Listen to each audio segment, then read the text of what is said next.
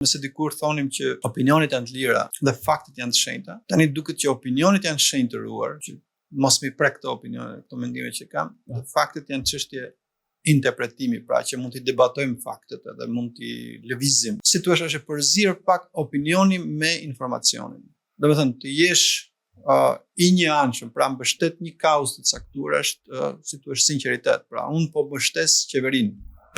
Por kjo nuk do të thotë që unë të sajoj lajme të gënjeshtra për opozitën.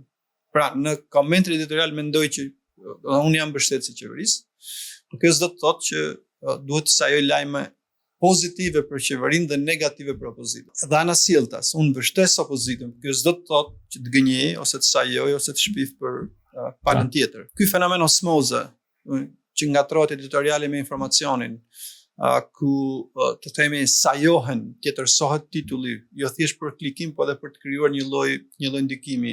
Parja gjithmonë bardhëzi, pra që ajo që unë mbështes është e bardhë dhe ajo që unë sulmoj është do të thonë zezë. Mungesa e asaj që quhet mendim kritik. Kalimi çdo gjë personale, do të thënë nëse unë të kritikoj ose kam një mendim të kundërt, unë mbetem miku jot ose mbetem bashkëbiseduesi jot, dhe nuk ka arsye që për dy pikpamje të kundërta për një çështje të caktuar, duhet të fillojmë luftën më një herë. Virtuale asgjë e keqe, por ne po shikojmë që betejat virtuale po helmojnë opinionin dhe betejat virtuale përfundojnë edhe në viktima në jetën reale,